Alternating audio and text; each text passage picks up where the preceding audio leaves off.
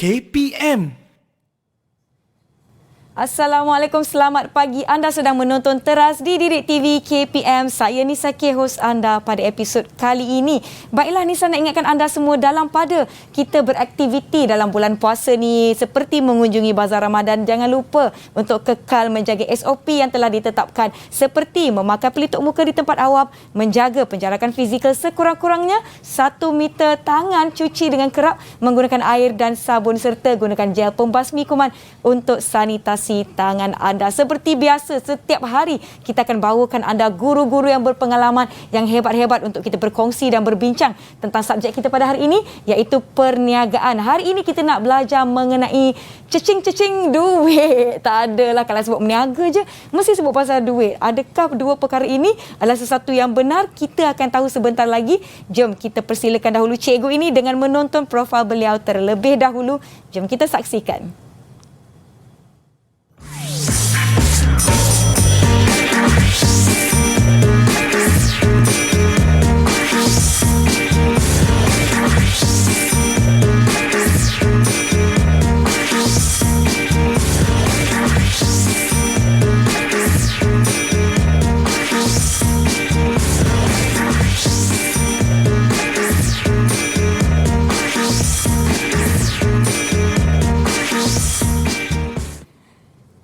Jom kawan-kawan semua kita persilakan Cikgu Muhammad Hamzi dari SMK Raja Jumaat Port Dickson. Apa khabar Cikgu? Selamat pagi. Selamat pagi. Alhamdulillah. Baik, sihat. sebelum itu saya nak ingatkan kepada anda semua, sekiranya kita sudah berada dalam jarak yang selamat atau apabila anda perlu membuka pelitup muka anda, jangan lupa untuk simpan pelitup muka anda di dalam bekas yang bersih. Jangan letak merata-rata ya kawan-kawan. Contoh ya, macam Nisa ada bekas plastik ni, boleh simpan. Yang penting ianya masih bersih untuk digunakan kembali dan tidak melebihi penggunaan selama 8 jam. Kalau dah kotor, guna pelitup muka yang baru. Baiklah, Cikgu Hamzi. Ya, hari ini kita nak belajar pasal duit ke?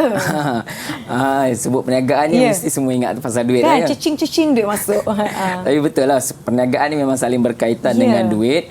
Jadi hari ini kita akan cuba belajar tajuk tingkatan 5. Tajuk tingkatan 5, bab 3, sumber pembiayaan. Di mana pelajar bukan sekadar dia nak belajar tu untuk dia dapat A dalam peperiksaan ataupun untuk dapat keputusan yang cemerlang. Dengan mempelajari tajuk sumber pembiayaan ni juga, para pelajar boleh membantu, memberitahu rakan-rakan yang lain ataupun penjaga sendiri bagaimana kita boleh dapatkan sumber pembiayaan bagi memulakan perniagaan.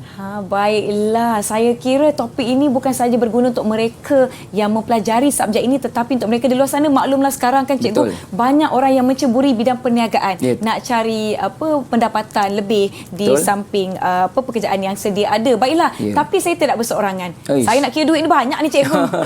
Mungkin saya perlukan bantuan rakan-rakan saya juga. Kita ingin mempersilakan rakan-rakan dari SMK Raja Jumaat Port Dickson. Hai semua, selamat pagi.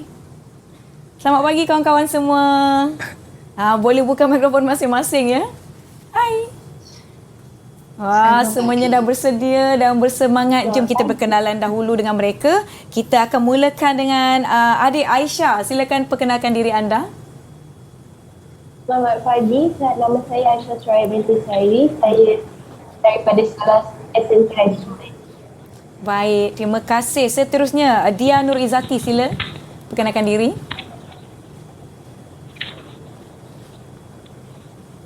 Dia. Silakan Dia. Agak-agak mereka dengar kita ke tidak? Assalamualaikum dan selamat pagi. Nama saya Dia Nur Izzati daripada SMK Raja Jumaat. Terima kasih. Seterusnya, Laili. Siapa Laili? Sila perkenalkan diri anda. Assalamualaikum dan salam sejahtera. Nama saya Laili Mukarramah dari SMK Raja Jumaat. Terima kasih Laili. Zingying, silakan perkenalkan diri anda. Selamat sejahtera kepada semua. Nama saya Tok Singing dari Sekolah SMK Raja Jumaat. Baik, terima kasih. Seterusnya kita ada kawan yang bernama Chai Sian. Silakan. Salam sejahtera kepada semua. Nama saya Chung Chai Sian daripada Sekolah SMK Raja Jumaat. Baik, terima kasih. Yang terakhir sekali kita ada Jing Eun. Silakan Jing Eun. Selamat pagi semua. Nama saya Chong Jing Eun, calon berniaga SPM 2021. Baik, terima kasih. Dan kepada semua yang menonton kita di rumah, sekiranya anda juga calon bagi subjek perniagaan ini untuk SPM 2021 ataupun sekiranya anda perlukan sedikit informasi ataupun input berkenaan dengan bagaimana nak membiaya perniagaan anda, ini adalah hari dan waktu yang anda perlu betul-betul fokus sepanjang kita bersiaran 1 jam ini. Sediakan pen dan kertas untuk sama-sama mencatat segala ilmu dan perkongsian dari Cikgu Hamzi. Tapi sebelum tu kan Cikgu, kita ada video daripada rakan-rakan kita berkenaan dengan subjek ini. Jom kita saksikan video ini.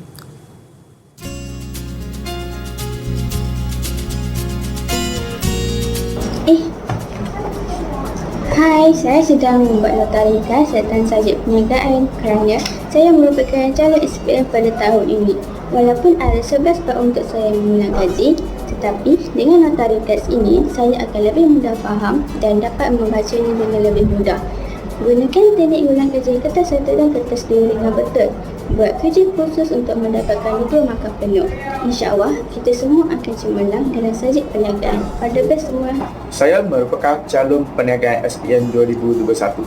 Saya mempelajari subjek ini kerana saya rasa saya boleh dapatkan A dalam subjek ini. Selain pada itu, saya berharap melibatkan diri dalam perniagaan sebenar suatu hari nanti. Jom kita belajar pandai-pandai, dapatkan A dalam subjek ini dan harap semua calon perniagaan SPM 2021 dapatkan keputusan yang cemerlang dan jadikan subjek perniagaan ini sebagai subjek favourite kita. Good luck everyone.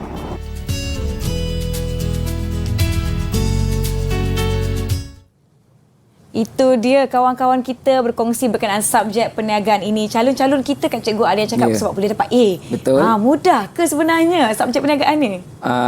Kalau tanya cikgu, mudahlah. Tapi untuk keseluruhannya, jika pelajar betul-betul menguasai konsep yang ada dalam setiap tajuk, setiap bab, lebih kurang ada 11 bab yang perlu dipelajari, dan dia kaitkan dengan kehidupan seharian dia, insya-Allah dia boleh menjawab soalan yang keluar dalam peperiksaan sebenar tu dengan lebih baiklah. Tapi kan tadi cikgu ada sebut topik kita hari ini khususnya kepada sumber pembiayaan perniagaan. Maknanya modal lah cikgu kan?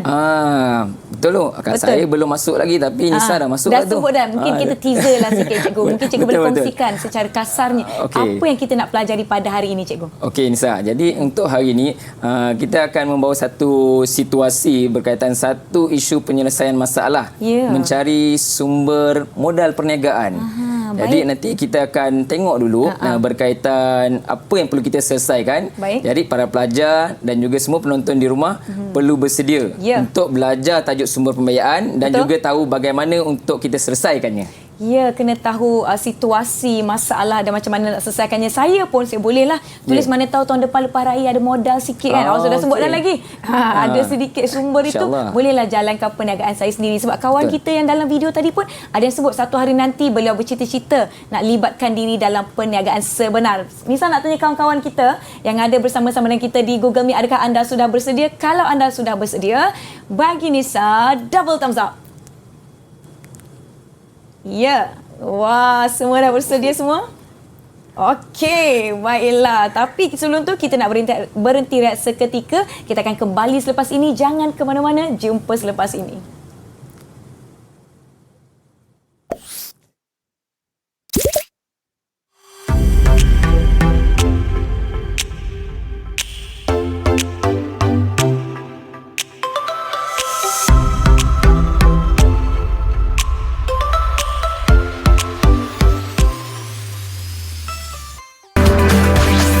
Didik TV KPM.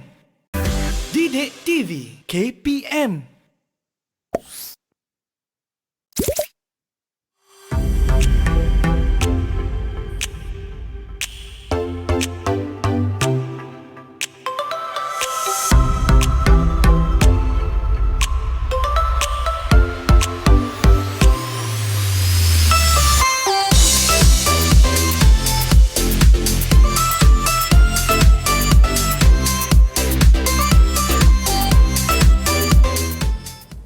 kembali menonton teras di Didik TV KPM, masih bersama saya Nisa dan juga Cikgu Hamzi serta rakan-rakan dari SMK Raja Jumaat Port Dickson. Baiklah Cikgu, kita pun tak nak buang masa. Jom kita teruskan sesi pembelajaran kita. Silakan Cikgu. Okey, jadi seperti yang saya maklumkan tadi, kita ada penyelesaian masalah yang kita perlu selesaikan pada hari ini. Baik. Jadi saya rasa para pelajar dan juga penonton di rumah siap sedia untuk tengok video ni dan kita fikirkan apakah isu di sebaliknya. Okey, mari kita tengok video tu sama-sama. Jom kita saksikan.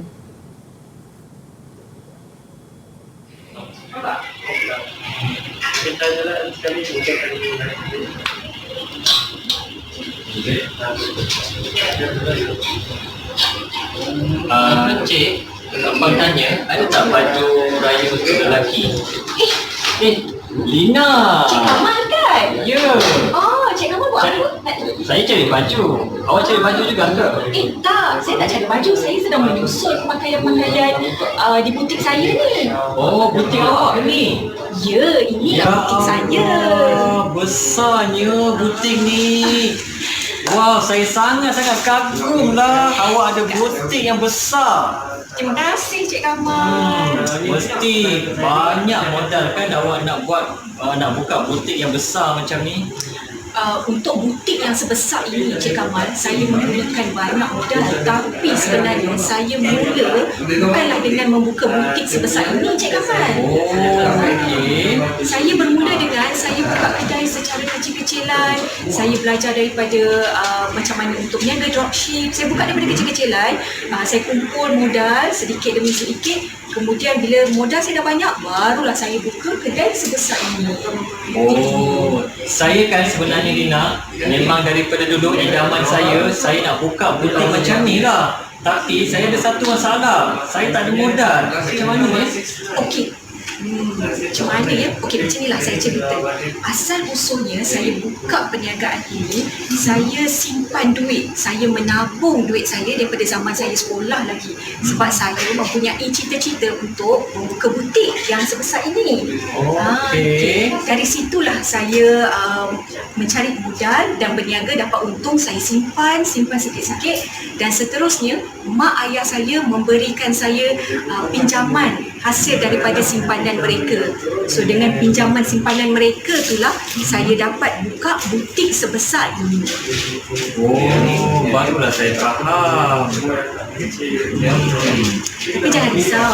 Kalau Cik Kamal tidak mencukupi modal tapi bercita-cita untuk buka butik sebesar saya ini, sebenarnya kita ada banyak cara lagi tau.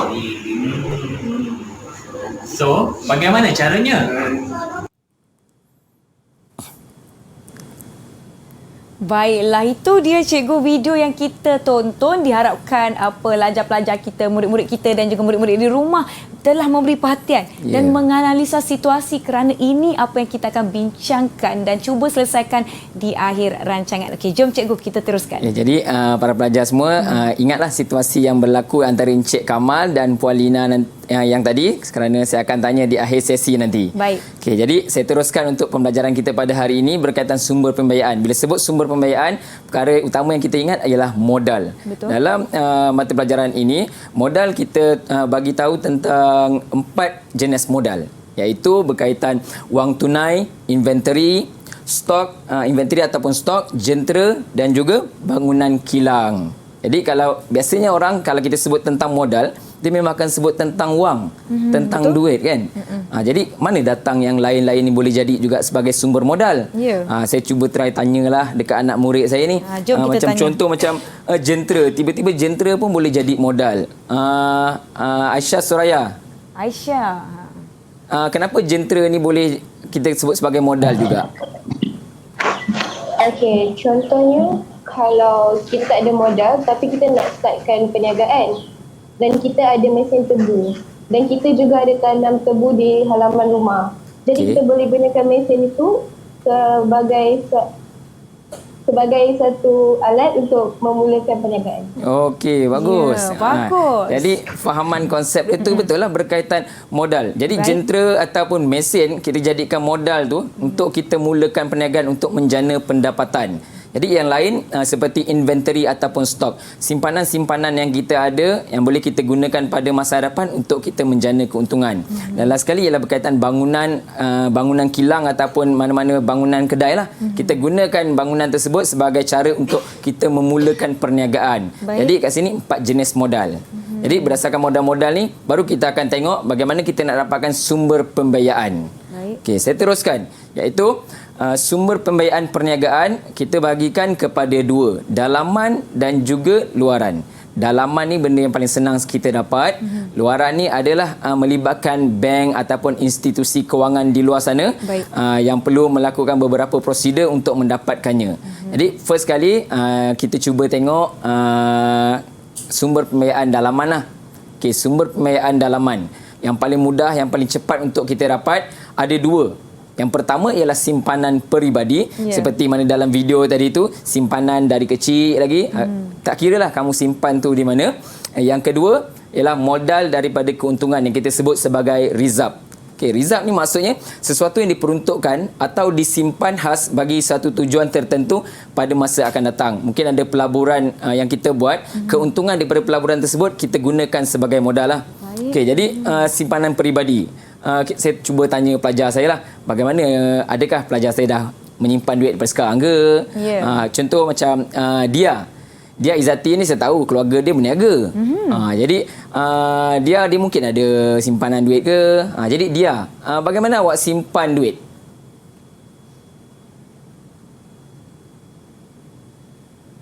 Dia dah on mikrofon belum? Boleh buka mikrofonnya ya. Okey, baik. So, kalau macam dekat rumah saya ada je simpan dalam tabung. Saya pegang sendiri pun ada. Dan selebihnya saya akan simpan dekat dalam bank. Banyaklah tu.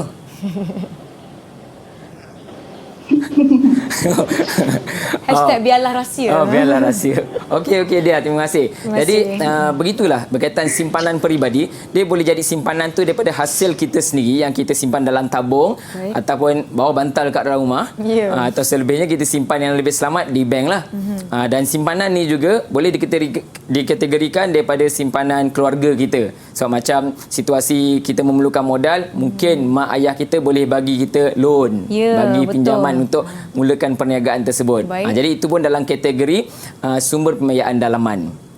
Okay, ni tajuk ni mudah sikit, sumber pembiayaan dalaman sebab sangat berkaitan dengan kita. Jadi saya teruskan untuk sumber pembiayaan luaran yang kita perlu tengok dengan lebih mendalam lagi. Okey, sumber pembiayaan dalaman saya senaraikan sini ada 7.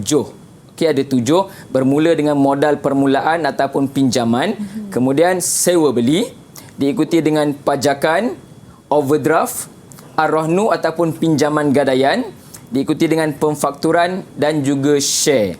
Ada 7 ni yang kita nak belajar konsep-konsep yang ada dalam sumber pembiayaan luaran ni supaya kita faham bagaimana kita boleh mendapatkannya.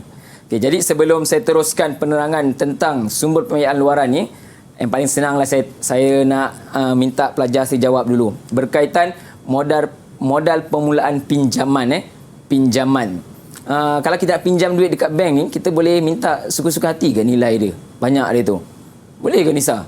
Rasa-rasa nak 2 juta lah boleh pergi bank. Boleh minta macam tu. Rasa-rasa nak 2 juta. Okey, saya cuba tanya pelajar saya jap. Kawan-kawan. Tok Zingjing. Saya nak tanya ni. Memang kalau nak buat pinjaman di bank, memang boleh pinjam nilai yang kita suka ke? Memang pinjaman tertentu sendiri cikgu, tapi nilai tersebut mesti terujuk pada kelayakan pinjaman juga. Okey, betul. Maksudnya tak boleh minta sesuka hati lah, walaupun amount pinjaman tu ada nilai yang bebas. Macam Nisa cakap tadi nak pinjam 2 juta, tapi seperti yang Zingjing cakap, perlu tengok pada kelayakan kita lah. Okey, betul Zingjing. Okey, saya teruskan untuk tajuk yang pertama ni berkaitan modal permulaan pinjaman. Kebanyakannya kita perolehi daripada bank, institusi kewangan ataupun agensi kerajaan. Jangan buat pinjaman dengan mana-mana agensi yang tidak sah di sisi undang-undang. Sebab apa? Memang cara nak dapatkan tu senang. Tapi apa kesan dan akibatnya. Betul. Jadi jangan buat pinjaman dengan mana-mana syarikat yang tidak berlesen, yang tidak dibenarkan di sisi undang-undang. Jadi kita tak nak nanti perkara yang tak sepatutnya berlaku. Ya, bukan berlaku pada diri kita je, Betul. tapi pada ahli keluarga kita. Itu yang kita nak elak sebenarnya. Okey, betul tu Nisa. Okay, jadi sumber pembiayaan pinjaman ni, jumlah pinjaman kita akan sesuaikan ikut kelayakan. Memang kita perlu tentukan berapa yang kita nak, tapi kita perlu tahu berapa yang kita mampu bayar setiap bulan. Jadi pihak bank, institusi kewangan akan meluluskan berdasarkan gaji yang kita ada untuk bayar setiap bulan tu. Okay, itu yang pertama berkaitan pinjaman. Okay, yang kedua, sewa beli. Sewa beli yang paling mudah ialah aktiviti menyewa aset dengan tujuan membeli. Bukan sewa je. Maksudnya dia memang ada niat untuk membeli, yang biasanya kenderaan, rumah. Kita biasa melibatkan sewa beli dengan pihak bank. Bank membeli aset ini dan menyewakannya kepada usahawan. Ini sebenarnya paling dekat dengan kita lah dalam kehidupan seharian kita. Jadi para pelajar pun, kalau saya belum ajar pun, sepatutnya dia boleh terang sikit ni berkaitan sewa beli. Baik. Saya cuba pula lah. Ya. Jing Eun. Ya, cikgu. Jing Eun, secara umumnya lah, bila saya dah sebut sewa beli ni berkaitan sewa beli kereta, rumah, apa yang awak boleh cakap tentang sewa beli? Tentang sewa beli, saya ingat usahawannya yang perlu membayarkan deposit secara bulanan dan parkingnya sebelum semua ansuran dibayarkan. Jing Eun nak cakap perlu bayar deposit. Okey, dia kata bayar deposit dan bayar secara bulanan. Okey, itu secara umumnya memang begitu. Sebab kita tahu kadang kat rumah ayah kata nak pergi bayar duit kereta ataupun minta tolong anak pergi bank in kan. Jadi benda tu memang relate sangat dengan tajuk ini berkaitan sewa beli. Bila pelajar sebut dia sewa beli, dia tahu perlu ada deposit. Memang kat luar sana kita ada nampak zero down payment ke, tapi itu lebih kepada promosi lah. Tapi yang biasanya untuk membeli kereta, rumah, kita perlukan deposit. Sekurang berapa persen Nisa? 10% kan? Kebanyakan macam itulah. Perlukan 10% daripada harga sebenar kenderaan tersebut, kita bayar deposit, diikuti dengan bayaran setiap bulan. Jadi adakah kenderaan tersebut telah jadi milik kita Nisa? Tak habis bayar, belum lagi lah cikgu. Jadi kan? bila jadi hak milik? Dah jadi hak milik, maknanya kita dah habis bayar. Dah habis bayar. Pandai Nisa. Dah boleh. Memang tu jawapan yang kita nak untuk calon-calon perniagaan SPM ni. Sebab dia tahu kenderaan tersebut masih belum menjadi hak milik dia selagi belum selesai bayaran. Betul. Jadi bila dia tak bayar bulanan-bulanan tu, apa akan jadi? Kena tarik. Nanti kereta kita boleh kena tarik. Nanti institusi yang kita buat pinjaman tu akan call kita, bayar bulan ni. Untung kalau dia call, kalau dia tak call terus datang. Terus datang ambil, memang kena tarik. Jadi elakkan. Sebab apa? Memang kereta tersebut ataupun rumah boleh diambil balik oleh pihak bank sebab dia dah bagi kita sewa secara bulanan yang kita perlu bayar. Betul. Jadi aset ni memang boleh ditarik jika gagal membuat pembayaran. Tapi biasalah dalam sewa beli memanglah ada kos yang akan meningkat. Betul. Sebab sewa beli ni melibatkan pinjaman dan ada dikenakan kadar faedah. Betul. Kalau kita nak beli cash memang murah. Tapi mampu. Jadi susah sikit lah. Kalau jaranglah kita nak beli kenderaan. Kalau motor tu mungkin consider lagi lah. Tapi kalau kereta nak beli cash tu terlampau kaya lah. Terlampau kaya. Okey, saya teruskan. Untuk sumber pembiayaan yang berikutnya berkaitan sumber pembiayaan pajakan. Okay, sebut pajakan dengan macam pajak, macam pajak gadai. Tapi bukan pajak gadai ni. Lain ni cikgu. Lain. Kena betulkan konsep tu balik. Takut nanti pelajar saya pun terkeliru pajakan, pajak gadai. Bukan yang tu.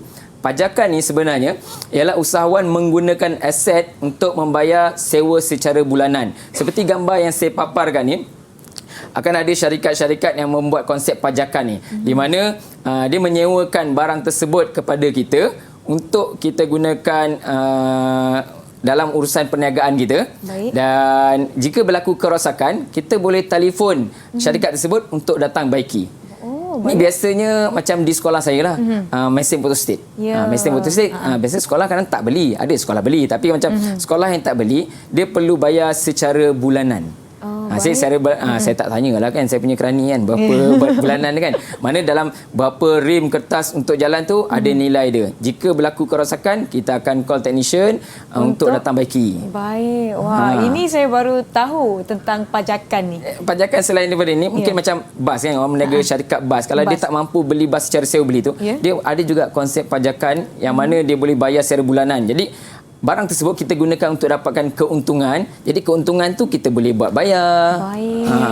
Okey, faham. Jadi ni usahawan merupakan penyewa yang membayar harga penggunaan aset seperti yang telah dipersetujui. Bila habis bayar, bukan kata mesin photostat tu hak milik dia. Biasanya taklah. Tapi kalau dia nak beli, dia ada pilihan untuk buat demikian. Okey, ini bermakna barang yang diberi kepada kita untuk digunakan tu kita gunakan untuk mendapatkan untung.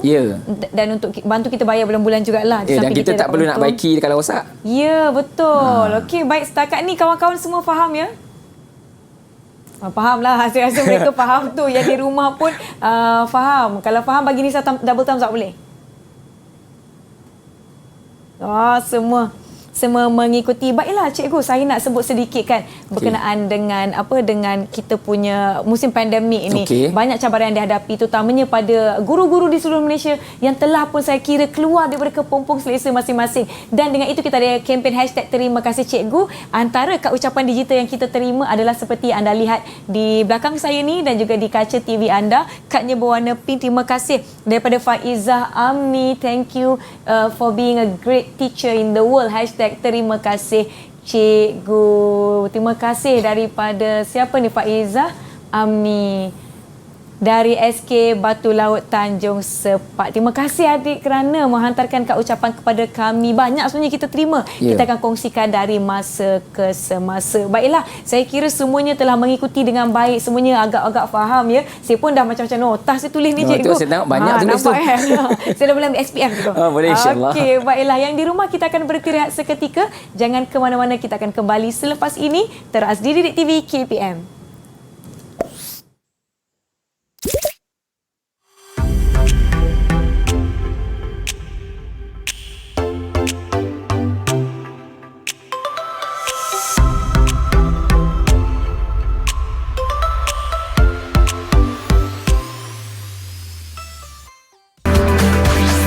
Didik TV KPM.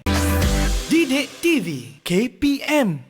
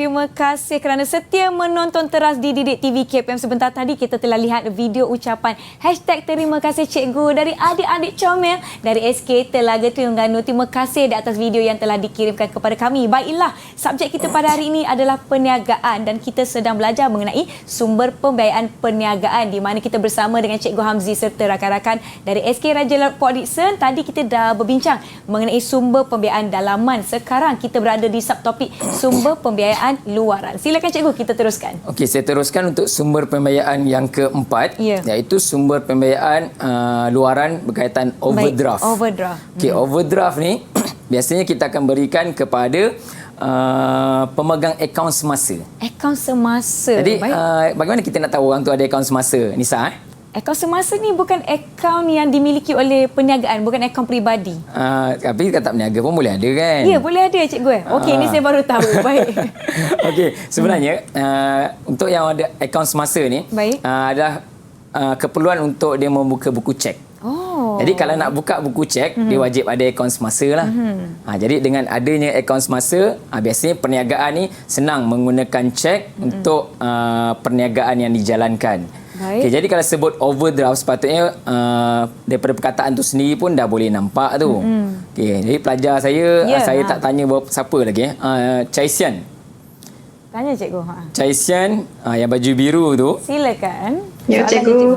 Over. Apa maksud over ya? Angka lebih betul lah tu. Tak apa. Jangan jawab lebih.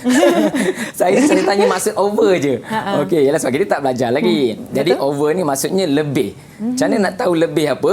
Jadi kat sini overdraft ni ialah kita mengeluarkan duit melebihi amount dalam akaun semasa tersebut. Okey, Cik Sian Jadi dia akan dikenakan kadar faedah harian yang mana pemegang akaun semasa ni dia mempunyai rekod transaksi yang baik lah. Bukan senang-senang bank akan bagi dia keluarkan amount tu. Jadi mungkin selamanya duitnya memang ada. Tapi pada satu ketika dia ingin membuat pembayaran, dia dapati akaunnya tidak mencukupi. Jadi apa yang perlu dia buat, dia hanya perlu menghubungi pihak bank untuk memaklumkan dia meminta mengeluarkan cek melebihi amount yang telah ditetapkan oleh pihak bank lah. Tak bolehlah suka-suka hati minta. Jadi bank akan tentukan berapa amount tersebut. Jadi dia boleh keluarkan duit. Sebab kalau kita keluarkan cek, amount tak cukup dalam bank, apa jadi cek tersebut? Cek kena tendang. Betul, istilahnya cek tendang ataupun cek tak laku lah. Jadi perkara itu tak akan berlaku sebab dia dah buat permohonan overdraft. Jadi duit yang lebih daripada amount tersebut akan dikenakan kadar faedah harian. Jadi makin hari makin tak bayar, kadar faedah tu makin lama makin banyak lah. Okay, jadi para peniaga boleh ambil kesempatan untuk menggunakan overdraft, tapi pastikan transaksi itu berjalan dengan baik lah. Betul. Bukan baru buat akaun semasa bulan ni, bulan depan dah mohon overdraft. Tak boleh lah macam tu. Tak boleh lah macam tu kan. Okey, itu berkaitan overdraft. Ni paling mudah lah. Dan soalan pun banyak tanya berkaitan overdraft. Kebanyakan pelajar memang boleh jawab dengan baik. Okey, seterusnya Ar-Rahnu. Ar-Rahnu ini pinjaman gadaian. Kalau nampak gambar-gambar ni pun dah boleh fikir sebenarnya. Okey. Tapi Nisa memang dah tahu sebab mas-mas ni pun Nisa banyak Jadi saya cuba pelajar saya. Laili Mukarramah, Ar-Rahnu. Mesti kamu pernah ternampak ke berkaitan Ar-Rahnu ni. Jadi bila Ar-Rahnu berkaitan emas ni, apa yang kamu boleh bagi tahu kepada kita semua? Ar-Rahnu tu dia adalah satu skim pajak gadai Islam. Okey, betul. Kita boleh mencagarkan emas untuk menukarkan sebagai wang tunai. Okey, bagus. Baik. Betul tu Laili. Bagus jadi, Laili, terima kasih. Konsep pajak gadai Islam tu untuk kita mencagarkan emas bagi mendapatkan pinjaman. Baik. Jadi kalau ajar selalunya pelajar saya macam tak berapa pasti. Cagar apa itu cagar cikgu? Betul. Saya try Cuba Jing Eun. Ya. Saya sebut cagaran, tahu ke apa itu cagaran? Tak berapa pasti. Bolehkah cikgu jelaskan apa itu cagaran? Okey, baik. Saya boleh jelaskan, jangan risau. Saya suka macam tu. Pelajar kalau tak tahu, tanya je. Jangan kita ajar kita dah syok kan. Last kali tanya, cikgu cagaran tu apa? Kita dah masuk topik lain ni. Sebab kita rasa kita sebut tu benda yang biasa. Betul? Tapi rupanya ada pelajar kita yang tak faham. Jadi better angkat tangan ke tanya, minta cikgu terangkan. Okey, jadi cagaran ni maksud kita meletakkan sesuatu sebagai jaminan terhadap pinjaman yang kita nak buat tu. Jadi contoh kita bawa emas, kita pergi kepada mana-mana agensi mengamalkan konsep Ar-Rahnu ni. Kita letak emas, dia akan bagi amount yang kita pinjam berdasarkan nilai emas tersebut lah. Tapi bukanlah secara keseluruhan harga emas tersebut. Mungkin dalam 70 ke 80% daripada harga emas tersebut. Jadi ini cara yang paling mudah tau kita nak dapatkan pinjaman. Sebab apa? Kita tak perlukan bawa kita punya slip gaji ke. Ya, betul. Jadi on the spot kita boleh dapat. Baik. Sebab dengan kita bawa barang-barang emas, barang emas betul lah. Okey, bukan barang emas yang celup-celup nanti kena reject macam tu je. Yeah. Okey, jadi kita bawa tu dia akan bagi tahu nilai yang kita setuju ke tak setuju untuk nilai tersebut. Jadi kita terus dapat duit. Andai kata kita tak bayar duit yang kita pinjam tu, apa akan jadi, Nisa? Bank tersebut akan ambil emas kita tu sebab itu yang kita dah cagarkan. Betul cikgu? Betul-betul. Yeah. Konsep tu betul. Jadi bank tak ada masalah. You tak nak bayar, tak apa. Kita akan ambil emas tersebut sebab bukan emas tersebut dia bagi pinjam duit kepada kamu tu nilai sepenuhnya nilai emas tersebut. Jadi keuntungan masih ada di sana. Tapi andai kata kamu memang nak ambil emas tersebut tapi tak mampu lagi, boleh minta penangguhan masa. Boleh minta penangguhan masa, kita still kena bayar secara mingguan boleh, bulanan pun boleh. Dan kadar faedah upah simpan tu kita kena bayarlah. Mengikut persetujuan antara kita yang mencagar barang tersebut kepada pihak bank. Betul. Jadi kadang dia bagi tahu kita berapa amount yang dapat. Kadang kita mungkin boleh cakap sikit sebab kadang tengok emas, kualiti emas tu lah. Betul. Kadang emas tu dah terlampau lama. Kalau emas baru lain pula. Okay. Baik cikgu nak tanya, kalau kita pergi bank kepada bank yang ada konsep Ar-Rahnu ni, kita bawa lah emas kita. Mesti mereka ada orang yang pakar untuk melihat adakah emas tu emas tulen atau tidak. Betul. Dan untuk menilai sebab nilai emas tu. Agensi kerajaan yang betul-betul menjalankan perniagaan sebab nak bagi pinjam duit. Jadi bila kita nak bagi pinjam duit tu, mestilah emas yang dia nak tengok tu betul-betul. Dia memang ada mesin dia untuk dia kena pasti emas tu tiruan ataupun tidak. Dan kadang-kadang kebanyakan agensi Ar-Rahnu ni mengamalkan konsep Ar-Rahnu ni, dia kadang minta kita surat beli emas tu tau. Sebagi mengelakkan kes curi kan. Betul-betul. Kes bukti ragut. yang kita pemilik. Ragut tiba-tiba terus pergi Ar-Rahnu. Lepas tu letak kat sana dapat duit, dia memang tak ambil dah. Betul. Jadi kena ada surat. Sebab tu kalau kita beli emas ke, surat tersebut simpan. Resit, bukti pembelian anda tu simpan dengan baik. Betul. Nisa pernah beli emas? Pernah. Okey, jadi bukti pembelian tu kena simpan. Tapi kalau rasa tak nak digadaikan, tak nak jadikan Ar-Rahnu ni, tak ada masalah lah. Tapi kita tak tahu situasi akan datang, apa-apa boleh terjadi. Jadi kita buat persediaan. Okey. Seterusnya untuk sumber pembiayaan yang berikutnya ialah pemfakturan. Pemfakturan, gambar sini saya sediakan invoice. Okey, kenapa invoice kat sini? Iaitu kemudahan pembelian akaun penghutang ataupun invoice bagi sesebuah perniagaan. Okey, yang kedua, syarikat pemfakturan ataupun bank akan membeli invoice akaun belum terima ni pada harga diskaun. Kalau tengok dua poin ni, Nisa faham? Tak berapa cikgu. Okey, dia memang kalau tengok poin je tak faham, tapi poin tersebut memang poin lah kalau untuk dalam peperiksaan. Jadi situasi pemfakturan ni seperti macam Nisa syarikat pembekal. Okey, jual barang kepada saya lah. Contoh dalam barang harga RM10,000. Saya nak jual ni gel pembasmi kuman. Banyak kan? Okey, RM10,000 botol. RM10,000. Okey, bila saya dah dapat barang tersebut, saya dah jual, mungkin anda kata saya tak dapat untung ke, ataupun saya dapat untung, duit tersebut saya guna untuk bayar lain. Nisa minta dengan saya tak mampu bayar. Saya kata nanti saya bayar.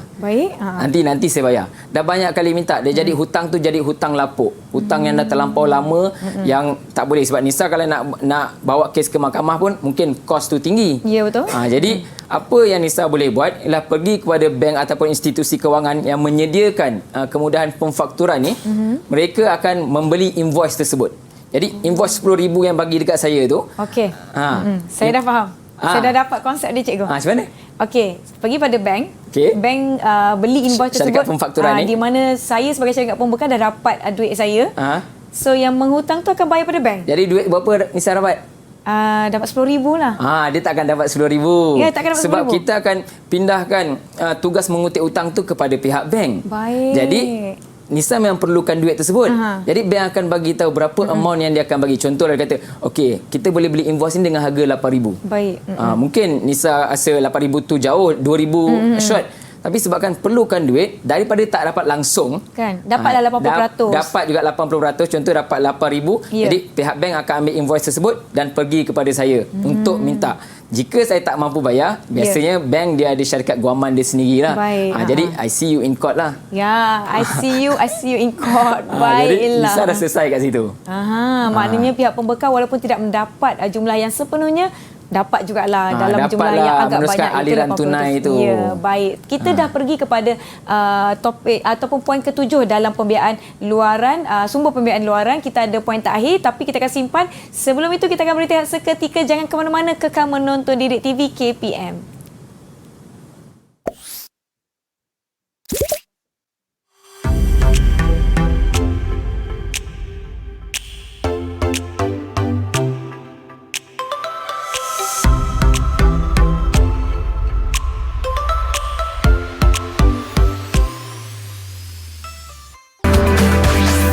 Didik TV KPM. Didik TV KPM.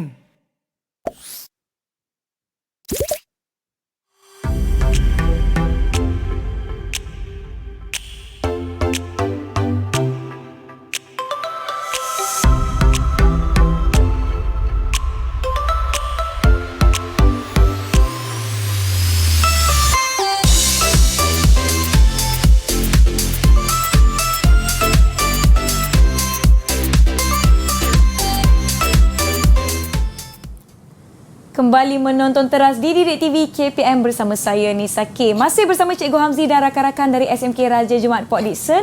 Jom Cikgu kita pergi kepada poin yang terakhir dalam sumber pembiayaan luaran. Silakan Cikgu. Okey, sumber pembiayaan luaran yang terakhir ialah berkaitan share. Baik. Sebut share biasa kita kaitkan dengan saham lah. Baik. Saham perniagaan yang mana saham ataupun share ni merupakan bahagian dalam modal sesuatu perniagaan untuk menerbitkan saham.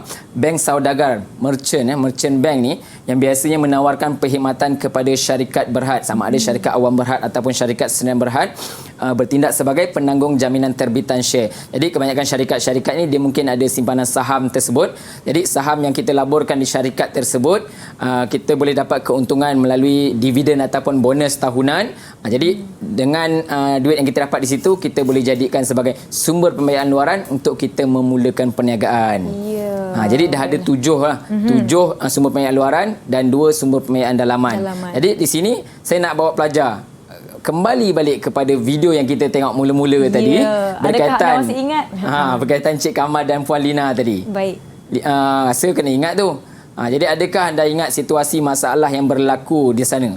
Jadi sekarang kita nak cuba selesaikan masalah Cik Kamal tersebut. Macam mana Nisa nak selesaikan tu? Okey, di mana situasi tadi saya ingat Cik Kamal ni dia pergi ke butik Puan Lina. Dia rasa macam wah saya pun nak ada cita-cita lah nak ada perniagaan seperti Puan Lina nak buka butik, tapi dia tak ada modal, tak ada sumber pembiayaan. Macam mana tu? Jadi siapa kita tengoklah pelajar-pelajar saya ni macam mana dia nak selesaikan masalah Cik Kamal ni. Ya, siapa boleh bantu untuk selesaikan masalah Cik Kamal sebentar tadi? Yang awal tadi kita tonton. Ada tak yang nak kongsikan kepada kita? Siapa nak jawab sebelum saya pilih? Sebelum kita panggil ya Cikgu. Okey, kita panggil Nila. Okey, tu dia angkat tangan. Silakan dia. Kita boleh buat pinjaman peribadi. Okey, pinjaman peribadi. Okey, satu dah selesai satu masalah Cik Kamal, pinjaman peribadi. Baik. Lagi ada lagi? Ada lagi? Pelajar lain pula.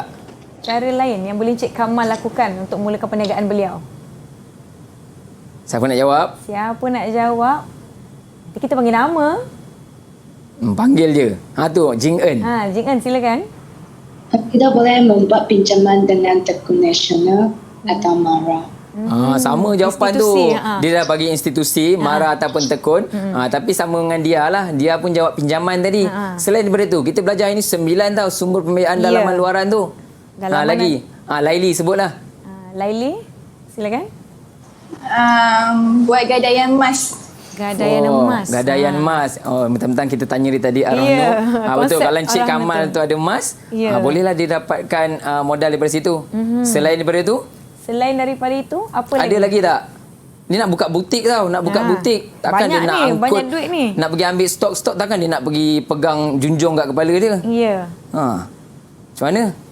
Siapa lagi yang Aisyah boleh? Suraya. Apa lagi sumber pembiayaan luaran yang boleh membantu Cik Kamal? Sumber pembiayaan luaran. Ada 7 tadi. Sebutlah satu. Saya tak ingat.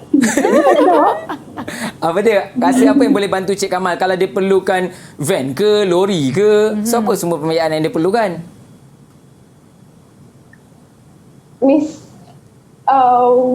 Mungkin gemuruh kawan kita tu. Tak apa, saya bantu. Okay, Nisa bantu. Sewa beli ya? Betul. Sewa beli. Semua pembayaran sewa beli. Nak beli van ke kereta untuk angkut barang-barang. Jadi perlukan tu. Selain daripada sumber pembayaran dalaman yang Cik Kamal ada, dia mungkin ada modal simpanan sendiri sikit. Mungkin minta pada ibu dan bapa.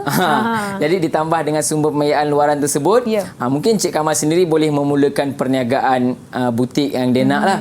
Jadi itu sebenarnya untuk kita selesaikan masalah tersebut berdasarkan situasi tersebut dan juga poin-poin yang ada dalam sumber pembiayaan. Ya, setakat ini kita dah belajar 2 sumber pembiayaan dalaman dan 7 sumber pembiayaan luaran. Di mana kesemuanya boleh menjadi orang kata apa salah satu cara atau option untuk kita memulakan perniagaan atau membiayai perniagaan kita. Baiklah, sepanjang kita 1 jam dah belajar macam-macam ni kan Cikgu Hamzi, apa yang Cikgu Hamzi boleh rumuskan setakat ini? Silakan. Sebelum saya rumus, saya bagi satu soalan kat pelajar boleh? Satu lagi soalan boleh kita tanya lagi mereka. Para pelajar boleh tengok tak soalan saya? Nisa boleh bacakan soalan untuk pelajar? Okey, soalan ini berbunyi, pernyataan yang manakah merupakan kelebihan pembiayaan sewa beli kepada usahawan? A, jawapan dia jentera berkos tinggi mampu digunakan. B, kadar faedah tidak dicaj ke atas ansuran. C, wang pendahuluan tidak diperlukan ketika membeli. D, hak milik jentera diperoleh sebaik saja deposit dibayar. Okey, para pelajar tulis jawapan dekat kertas. Tolong angkat jawapan kamu. A, B, C atau D? Ya. Yang manakah merupakan kelebihan? Cepat, itu siapa kata angkat kunci. dulu? Siapa angkat dulu, balik saya belanja. Ya. Kelebihan pembiayaan sewa beli. Okey, jawapan Laili mereka tak nampak? adalah... Sini sikit. Okey. Laili, okey. Tak Zingying? Zingying. Senang sangat soalan ni. Semua jawapan A. Semua jawapan A, betul. Jentera berkos tinggi mampu digunakan. Mampu digunakan. Senang sangatlah soalan ni. Senang sangat. Kita bagi soalan lain lah, Bagi soalan lain. Okey, soalan berikutnya saya try. Okey. Gambar berikut berkaitan dengan salah satu sumber pembiayaan. Antara berikut yang manakah menjelaskan sumber pembiayaan tersebut? Nampak gambar mesin photostat RM68 sebulan. 1. Pengecualian cukai, pengecualian atas kos penyelenggaraan. Kadar faedah dikira mengikut kadar harian. 3. Penggunaan aset mengikut tempoh tertentu. 4. Menjadi hak milik selepas pembayaran dijelaskan. A, B, C dan D. Tolong tengok dan buat pilihan. Jangan tanya orang lain. Jangan chat dekat Google. Wah. Siapa tu? Aisyah Suraya. Ya. Okey, dah ada jawapan. Okey, kekalkan jawapan anda. Laili dah jawab, Aisyah dah jawab. Kita lihat. Okey, Jing Eun juga. Okey, Jing Eun, Dia B, Chai Sian dengan B.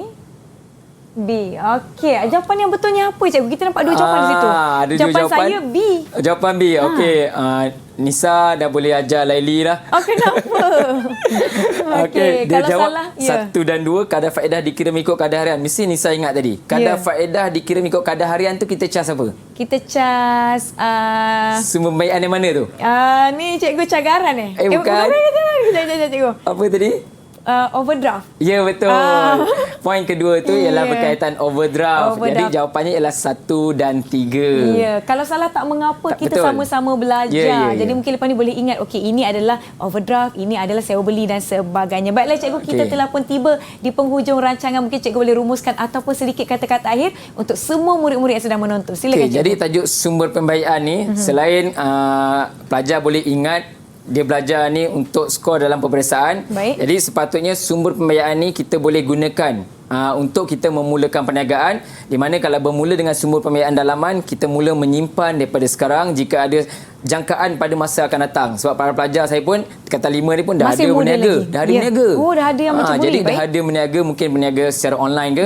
Jadi modal tu diperlukan. Sama ada simpanan sendiri daripada sumber pembiayaan dalaman dan ikuti sumber pembiayaan luaran. Kamu juga boleh membantu rakan-rakan di luar sana ataupun penjaga ke yang memerlukan modal. Maklumkan kepada mereka bagaimana mereka boleh memulakan perniagaan dengan sumber pembiayaan yang sah di sisi undang-undang. Ya, yang penting sah di sisi undang-undang. Baiklah, banyak yang telah kita pelajari. Nisa sendiri pun dah catatkan bermacam-macam informasi dan input yang Nisa dapat sepanjang 1 jam ini. Kita akan mengakhiri episod kita pada kali ini. Kita akan jumpa selepas ini untuk episod seterusnya. Saya Nisa K. Assalamualaikum. Bye. Terima kasih cikgu. Terima kasih kawan-kawan. Bye.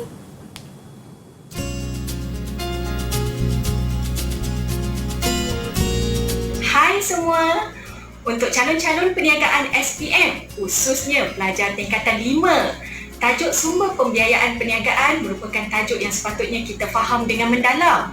Kebanyakan soalan daripada bab ini berbentuk situasi dan penyelesaian masalah. Apabila kita faham konsep tentang sumber pembiayaan, agensi yang terlibat, maka mudahlah kita nak skor dalam peperiksaan dan juga senang untuk kita buat kerja khusus yang akan datang ini. Di samping itu juga, dalam kehidupan sebenar nanti, kita dah tahu apa yang kita perlu buat untuk kita mulakan perniagaan. Jom kita sama-sama belajar dalam bab ini.